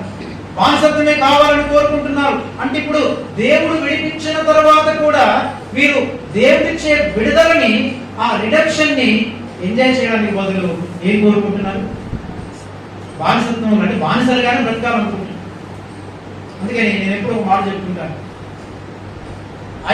ఇశ్రాయేలీయులు ఐగుప్తును విడిచి కానీ ఐగుప్తును వెంట తెచ్చుకొని. అర్థమవుతుందా? ఐగుప్తును విడిచిపెట్టారు కానీ ఐగుప్తును వెంట తెచ్చుకున్నారు. అందుకని they left Egypt, but the Egypt was not out of their heart. అంటే వాళ్ళు ఐగుప్తును విడిచిపెట్టారు కానీ ఐగుప్తును వెంట తెచ్చుకుని. ఏంటి దీన్ని ఎట్లా మనం జస్టిఫై చేయగలం? ఐగుప్తును విడిచిపెట్టారు, ఐగుప్తును వెంట తెచ్చుకుంటారు. ఒక స్టోరీ మీరు చాలా మంది వినుంటారు. ఒక మిషనరీ గారితో పాటు సేవకు వెళ్తున్నాడు ఒక యవనస్తుడు. మంచి షూ వేసుకున్నాడు, వేసుకొని సేవకు వెళ్తున్నాడు. కారులో కూర్చొని వెళ్తున్నాడు. ఈ దొరగారు తీసుకెళ్తుంటే కాంత కంపు వాసన వచ్చేస్తుంది. ఏంటో వాసన వస్తుందని అంతా చెక్ చేసుకుంటే చివరికి ఈ యవనస్తుడి కాళ్ళకి ఉన్న సాక్స్ కంపు కొడుతుంది. బాబా ఇంత కంపు కొడుతుంది కాబట్టి లాభం లేదని దొరగారు వెంటనే డబ్బులు ఇచ్చి చోట కావాలని అక్కడ వెళ్ళి సాక్షులు కొనుక్కొని రాలని పంపించాడు. ఎలాగని వీడు ఏం చేశాడు? వెళ్ళాడు, కొత్త సాక్షులు కొనుక్కున్నాడు, వేసుకున్నాడు, వస్తాడు. మళ్ళీ కొంత దూరం మళ్ళీ కంపు వాసన వస్తుంది. ఎలా మళ్ళీ కంపు వాసన వస్తుంది? ఏం చేసేవారు అని అంటే, సాక్షులు కొనవాలేదంటే చూడండి సార్ అని జేబులో ఉండేటువంటి పాత సాక్షులు తీసి చూపించాడు. అంటే పాత సాక్షులు ఎక్కడ పెట్టుకున్నాడు? తీసిన కంపు కొట్టే సాక్షులు తీసి ఎక్కడ పెట్టుకున్నాడు? జేబులో పెట్టుకున్నాడు. అంటే ఇప్పుడు ఏం విడిచిపెట్టాడు? సాక్షులు విడిచిపెట్టను కానీ సాక్షులను వెంట తెచ్చుకోలేదు. అర్థమైందా మీకు? అంటే ఐగుప్తును ఇశ్రాయేలును విడిచిపెట్టిరి కానీ ఐగుప్తును వెంట తెచ్చుకున్నది. మనం కూడా చాలా సార్లు ఐగుప్తును విడిచిపెట్టాం అనుకుంటాం కానీ ఆ విడిచిపెట్టిన దాన్ని ఎక్కడ పెట్టేసుకుంటాం? మళ్ళీ మన ఇంట్లోనే పెట్టేసుకుంటాం, మన దగ్గరే పెట్టేసుకుంటాం. మనం దానిని మరి మన జీవితంలో ఉంచుకొని మనం కంపు కొట్టే జీవితాలు జీవిస్తాం. అంత మాత్రం కాదు, నాలుగవది చూడండి ప్రేరణ, ఆ నాలుగవ విషయాన్ని మనం చదువుకొని ముగించుకుందాం ప్రేరణ. అక్కడ ఇంకొక మాట అంటున్నాడు, యెహోషువ గ్రంథం 7వ అధ్యాయము 8వ వచనంలో మనం చదువుకున్నాం.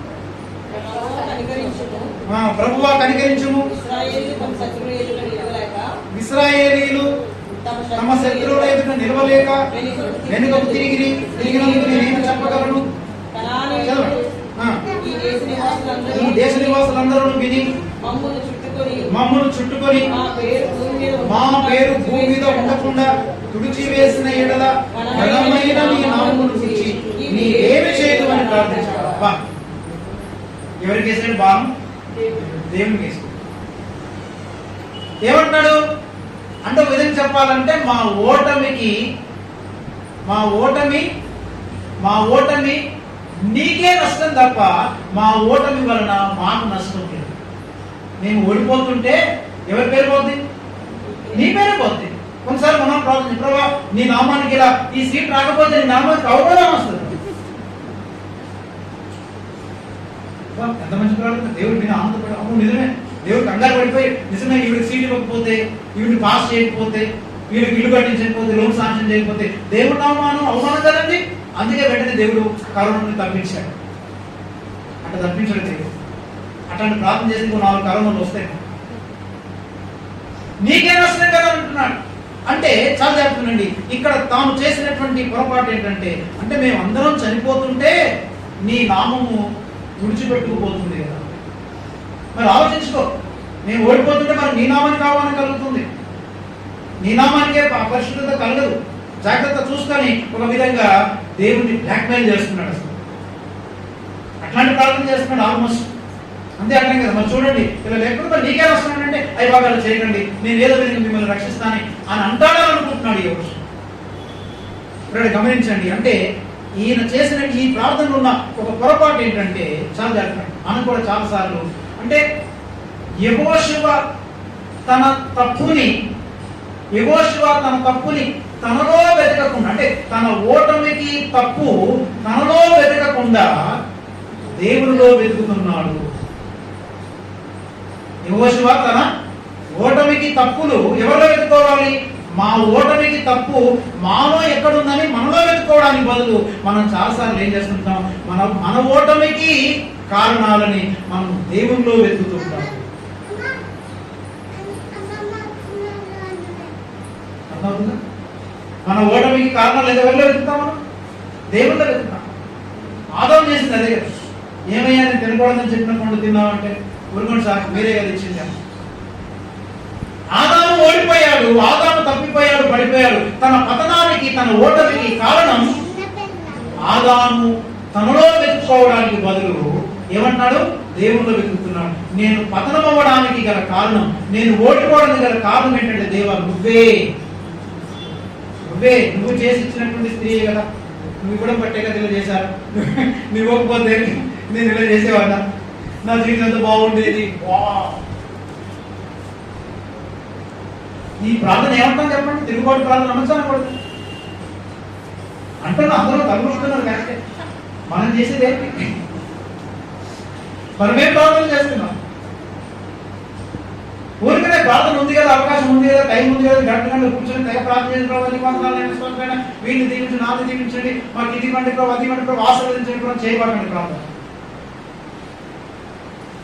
మన ఓటమికి ఆదాము ఓటమికి కారణాలు ఆదాములో వెతుక్కొనకుండా, ఆదాము ఓటమికి కారణాలు ఏమండి దేవునిలో వెతుకు. అంచేత ప్రేమైనటువంటి దేవుడు అంటారు. చివరికి దేవుడు అన్నాడు, ముందు మీరు చేయాల్సిన పని ఏంటంటే శాపగ్రస్తమైనది ఇశ్రాయేళ్ల మధ్యలో ఉన్నది, దానిని నిర్మూలము చేసితేనే గాని నేను మీకు తోడై ఉండను. అంటే అర్థం ఏంటి? Obedience first, next prayer. కానీ నేనేం చేస్తున్నాడు? విధేయత చూపాల్సినటువంటి సమయంలో విధేయత చూపకుండా దేవుని దగ్గర ప్రార్థన. అలాగే విధేయత చూపాల్సిన సమయంలో విధేయత చూపకుండా మనం దేవునికి చేసేటువంటి ప్రార్థనలన్నీ అవి తిరుగుబాటు ప్రార్థనలు, సోది చెప్పే ప్రార్థన. ఈ యాగాలకు అవకాశం ఇచ్చాడు దేవుడు, అవకాశం ఇచ్చాడు. జీవితం మార్చుకోమని అవకాశం ఇచ్చాడు దేవుడు. ఒక దినమంతా ఇచ్చాడు. తెల్లారి గంటకని చెప్తాడా లేదా? తెల్లారేసరికి ఏమేమి చెప్పండి? ఎవరు చెప్పట్లేదు. ఎవరు దొంగతనం చేశాడు, ఎవరు దోచుకున్నాడంటే ఎవరు చెప్పట్లేదు. చివరికి యూదా వంశాన్ని పిలిచాడు, యూదా గోత్రాన్ని పిలిచాడు, చెప్పట్లేదు. తర్వాత వంశాన్ని పిలిచాడు, గోత్రాన్ని పిలిచాడు. ఇట్లా ఒక్కొక్క స్టెప్ వచ్చినా కానీ ఆకాన్ని ఒప్పుకోవాలి. యూదా గోత్రం కదా ఎవడో అనుకుంటాడు లేదు, ఇంకొక వంశము కదా, ఆ వంశంలో నేను లేదు కదా, ఆ గోత్రంలో ఉన్నాను కానీ ఆ గోత్రంలో ఎవడైనా వచ్చు కదా, నేను ఎందుకు అవ్వాలి? చాలా మంది ఉన్నారు, ఆ గోత్రంలో చాలా మంది ఉన్నారు, వంశంలో చాలా మంది ఉన్నారు, కుటుంబంలో చాలా మంది ఉన్నారు. ఏమండి గోత్రం వచ్చింది, గోత్రము పేరు చెప్పినప్పుడు తప్పించుకున్నాడు, ఒప్పుకోలేదు. వంశం చెప్పాడు, వంశం పేరు చెప్పినప్పుడు తప్పించుకున్నాడు. అలాగనే కుటుంబం పేరు చెప్పినప్పుడు తప్పించుకున్నాడు. చివరికి దొరికిపోయిన తర్వాత ఐగరు ఒప్పుకున్నారు, సారీ సార్ నేనేం చేశాను. మన పాపము మనము దొరికిపోయిన తర్వాత దేవుని దగ్గరికి వెళ్ళి పాపాన్ని ఒప్పుకుంటే it is too late to repent of your sin. నీ పాపాన్ని ఒప్పుకోవడంలో ఇప్పటికే చాలా ఆలస్యమైపోయింది. అందుకని ఆకారులు ఏం చేశారండి గమనించండి. పాత నిబంధనకి క్రొత్త నిబంధనకు ఉన్న ఒకే ఒక తేడా చెప్పిస్తాను. పాత నిబంధనలో జీవితము, వాళ్ళు జీవించే జీవితాలు సామూహికమైన జీవితం. అందుకే పాత నిబంధనలో ఆకారం చనిపోతే కుటుంబం అంతా ఎందుకు చంపేశారు? చాలా మంది అడుగుతారు ప్రశ్న. ఆకారం కూడా చేశాడు కదండి తప్పు, వాళ్ళ అమ్మ చేయలేదు, వాళ్ళ నాన్న చేయలేదు, లేకపోతే వాళ్ళ పిల్లలు చేయలేదు. అమాయకులండి పిల్లలు, పాపం కుమార్తె అండి అల్లారుముద్దుగా పెంచుకున్నారంట. ఆ పిల్లలంటే అసలు అమాయకులండి, ఏమీ తెలియదండి. సార్ మీరు ఈ పిల్లలు వదిలిపెట్టండి సార్, ఈ పిల్లలకి ఏం తెలియదు సార్, చిన్న పిల్ల సార్ అని అంటే దేవుడు ఊరుకున్నాడా? దేవునికి పాపము పట్ల కనికరము. ఒక్కరు పాపం చేస్తే అందరినీ చంపేటువంటి విధానం పాత నిబంధనలు ఎందుకు పెట్టాడంటే, పాత నిబంధనలు జీవితాలు సామూహికమైనవి, ఆశీర్వాదాలు సామూహికమైనవి, శిక్ష కూడా సామూహికమైనది. అది పాపం. కొత్త నిబంధనకు వచ్చేసరికి దేవుడు దాన్ని మార్చాడు. కొత్త నిబంధనకు వచ్చినప్పుడు ఏమన్నాడు? పాత నిబంధనలు తండ్రులు ద్రాక్ష కాయలు తినగా పిల్లల పళ్ళు పులిసలు సామెత వీరిక మీద పలకరు. ఎవని పాపమును బట్టి ఎవని అతిక్రమములను బట్టి వాడే శిక్షణ పొందుతాడు. నేను పాపం చేస్తే కొత్త నిబంధనలు నాకు ఒక్కడికే శిక్ష, కానీ దాని ప్రభావం ఉంటుందండి, మర్చిపోదు మనం. ఉదాహరణ నేను తప్పు చేశాను అనుకున్నా, తీసుకెళ్ళి జైల్లో పెట్టారు, నేను ఉద్యోగం వస్తుంది, పిల్లలు ఏమి దాని ఎఫెక్ట్స్ ఉంటాయి. నేను పాపం చేస్తే నా తాలూకా ఉండేటువంటి ఎఫెక్ట్స్ నా పిల్లలందరూ, నా కుటుంబీకులందరూ, ఈవెన్ కొత్త నిబంధనలు కూడా అనుభవించాల్సిందే. కానీ శిక్ష మాత్రం ఒక్కడికే పర్మనెంట్ గా ఉంటుంది. నరక శిక్ష నాకు ఒక్కడికే ఉంటుంది. కానీ నా పిల్లలు భౌతికమైనటువంటి తాత్కాలికమైన ఇబ్బందులు పడితే పడొచ్చేమో, కానీ నరక శిక్ష మాత్రం నా పిల్లలు వాడు తప్పు చేయకుండా ఉంటాడు. అందుకని ఆకాను పాత నిబంధనలో ఆకాను సామూహికంగా తాను చేసిన పాపాన్ని బట్టి అందరికీ శిక్ష వచ్చింది. కుటుంబం అంతటిని చంపేసి పశువులు ఆస్తులు అన్నిటిని ఆకరులో వేస్తారు. ప్రేమ దేవుడు మనం జ్ఞాపకం చేసుకున్నాం. మన ప్రార్థన ఎలా చాలా దేవుని కోసమేనండి, దేవుని కోసం కూడా అక్కడ దేవుడు కరిగిపోయాడు, నా కోసం ఇంత పని చేస్తున్నాడు, పాపం వీళ్ళు వదిలేస్తాను అనుకున్నాడా? దేవుడితో ఎంత మంచి బలులు అర్పణలు అర్పించినా కాదు, సౌలు నా మాట వినుట. కాబట్టి మనం పరిశుద్ధం అవ్వాలంటే, మనం నీతిమంతులం అవ్వాలంటే ఊరికనే ఇలాగ ప్రార్థనకు వచ్చి వెళ్ళిపోతే అవరు. ప్రార్థన కోరికలో 2 గంటలు కూర్చున్నంత మాత్రం అవ్వం. మనం ఎప్పుడవుతామంటే, మనం ఆ వాక్యానికి సోమవారం నుండి శనివారం వరకు విధేయత చూపినప్పుడు మాత్రమే. యాకోబు చేసినట్టు నా శత్రువుల చేతి నుండి, నా అన్న చేతి నుండి రక్షించమని ప్రార్థన చేయడం కాదు, నాలో ఉన్న మోసగాని చేతుల నుండి నన్ను తప్పించమని మనం ప్రార్థన చేసినప్పుడు లోబడ్డప్పుడే దేవుడు ఏం చేస్తాం? మనకి విజయం ఇస్తాడు. ఎప్పుడైతే వాళ్ళు విధేయత చూపారో ఇశ్రాయేలు ఏమొచ్చింది? విజయం వచ్చింది. తర్వాత వాళ్ళు హాయి మీదకి వెళ్ళారు, అమాలేకి వాళ్ళందరినీ జయించారు, జయం పొందుకున్నారు. ప్రియా దేవుడు, మన అపజయాలకి కారణాలు మనం ఇతర మనుషుల్లో వెతుకోవద్దు. మన అపజయాలకి కారణాలు దేవుళ్ళలో వెతుకోవద్దు. మన అపజయాలకి కారణాలు మనలోనే వెతుక్కోవాలి. మనం చాలాసార్లు చేసే తప్పు, మా ఆయన చాలా చెడ్డోడు అన్నాడు, మా ఆవిడ చాలా చెడ్డదన్నాడు, నా కొడుకు చాలా దుర్మార్గుడు, నా కూతురు చాలా మంచిది కాదన్నాడు, మా అల్లుడు మంచోడు కాదు. ఇట్లాగే మనం అందరిని, మా అత్తమామలు మంచోళ్ళు కాదు. చాలాసార్లు మనం అందరిని నిందించేసి మన ఓటమికి కారణాలు ఇతర మనుషుల్లో వెతుకుతాము. మన ఓటమికి కారణాలు మనమే. అప్పుడు దేవుడు నిన్ను దీవిస్తాడు, పేరు మార్చుతాడు, దీవిస్తాడు. చంపాలనుకున్న వాడు ఏమయ్యాడు? ఏశావు అన్న మెడ మీదకి వచ్చేసి ముందు పెట్టు, తమ్ముడు మెడ మీదకి వచ్చేసి ముందు పెట్టు. దేవుడు శత్రువుగా ఉండాల్సినటువంటి వాడిని మిత్రుడిగా చూస్తాడు. చంపాలనుకున్నటువంటి వాడిని కనికరం పుట్టించాడు. ఎలా వచ్చింది కనికరము? నీ పాపాన్ని, నీ పతనానికి, నీ అపజయానికి కారణాలు నీలో వెతుక్కొని నీవు లోబడి జీవించినప్పుడు ఏ శత్రువు కూడా నిన్ను తాకలేదు. ఏ శత్రువు కూడా నిన్ను తాకలేదు. చాలాసార్లు మనం కొన్నిసార్లు అనుకుంటాం, కొంతమంది బహిరంగంగా వ్యభిచారంలో జీవిస్తున్నారు అనుకోండి, మనం వాళ్ళని చూసి అసహ్యపడతాం. అప్పుడు ఏమనుకుంటాం? జాగ్రత్త. అలాంటి భయంకరమైన బహిరంగ తప్పులు చేసే వాళ్ళని చూసి మనం వాళ్ళ మీద ద్వేషం పెంచుకుంటాం. అంటే ఏంటి? అలా చూసినప్పుడల్లా మనం వాళ్ళకంటే మనం కొంచెం బెటర్ అనుకుంటాం. అనుకోవడం వాడు తాగిపోతానండి, వేస్ట్ ఫీల్ ఉన్నాను అంటే ఏంటి? వాడికంటే నువ్వు కొంచెం బెటర్ అనుకుంటున్నావు. నో, పాపం వాడు బయటికి మాత్రమే తాగుతున్నాడు, బయటికి మాత్రమే వ్యభిచారంలో జీవిస్తున్నాడు. నువ్వు లోపల వ్యభిచారం చేస్తున్నావు.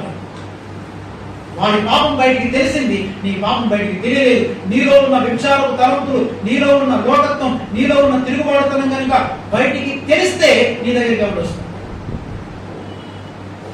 మనల్ని ఎవరు ప్రేమిస్తారు చెప్పండి? లోపల ఉన్నాయి ఆ తలంపులన్నీ, బయటికి కనబడట్లేదు కాబట్టి బతికిపోతున్నాం మనం. నా హృదయంలో ఉండేటువంటి ఆ మూర్ఖపు తలంపుల ఒకవేళ మీకు తెలుసు అనుకోండి, మీరు నా దగ్గరికి వస్తారా? నా ముఖం మీద ఉమ్మేసి బయటికి. వాడి పాపం తెలిసింది, అందుకే అందరూ అసహించుకుంటున్నారు వాడిని. నీ పాపం బయటికి రాలేదు ఇంకా, అందుకే నువ్వు మంచిదాన్ని మంచివాడు అని అనుకుంటున్నావు. అందుకే పౌలు అంటున్నాడు, శ్రమ పడుతున్నాడు పౌలు, స్ట్రగుల్ అవుతున్నాడు. నేను మేలేది చేయాలనుకుంటున్నాను కానీ చేయలేని పరిస్థితి. కీడే చేస్తున్నాను, కీడు చేయగలుగుతాను, కీడు చేస్తున్నాను. మేలు చేయాలనుకుంటాను, చేయలేదు. కానీ నీ కృప నన్ను బలపరుచుకోండి. అందుకని ఇతరులు పాపము చేసిన వాళ్ళు ఏమంటే దుర్మార్గంలో జీవించేటువంటి వారిని చూసి నీవు ఎంత మాత్రం కూడా ఆనందించవద్దు, అసహించుకోవద్దు వాళ్ళని. చాలా జాగ్రత్తగా. అంటే వాడికంటే నేను బెటర్ అనుకున్నావంటే అర్థం ఏంటి? నువ్వు కూడా ఏదో ఒక పాపంలో ఉన్నావు, నువ్వు కూడా శిక్ష విధి కిందనే ఉన్నావు. జాగ్రత్త. ఫెయిల్ అయినంటే సుధాకి 30 మార్కులు వచ్చి ఫెయిల్ అయ్యాడు. నాకు 20 నాకు ఆయన కంటే 34 మార్కులు వచ్చాయి. సుధా ఫెయిల్ అయిపోయాడు. నీకేంటి 3 మార్కులు వచ్చేసాయి, నాకు 34 మార్కులు వచ్చాయి. కానీ నువ్వు కూడా ఎక్కడ ఉన్నావు? ఫెయిల్డ్ కండిషన్ లో ఉన్నావు. అంటే అర్థం ఏంటి? ఎక్కువ పాపము చేసి వాడికంటే నాకంటే వాడి పరిస్థితి చాలా దారుణంగా ఉంది, నేను వాడికంటే బెటర్ అనుకుంటున్నావంటే వాడు శిక్ష కిందే ఉన్నాడు, నువ్వు శిక్ష కింద ఉన్నావు. అందరికీ కలిపి దేవుడు శిక్షను విధిస్తాడు. అందుకే మనం ఏం చేయాలంటే ఇతరులలో ఉన్న పాపాలను చూసినప్పుడు మనం ప్రభు దగ్గర పశ్చాత్తాపడి, ప్రభా నా పరిస్థితి వాడికంటే ఇంకా దారుణంగా ఉంది, నన్ను కనికరించు, నా పతనానికి కారణాలు నాలో లేదు. అప్పుడు దేవుడు కనికరిస్తాడు, అప్పుడు దేవుడు తన కృపనిస్తాడు, అప్పుడు దేవుడు నీ జీవితంలో చేయిస్తాడు. అప్పుడు నువ్వు పరిశుద్ధుడిగా, నీతిమంతుడిగా, ఆరాధకుడిగా. అలాంటి కృపా ఆశీర్వాదాలు ఉదయకాలంలో పరిశుద్ధాత్మ దేవుడు ప్రార్థించండి.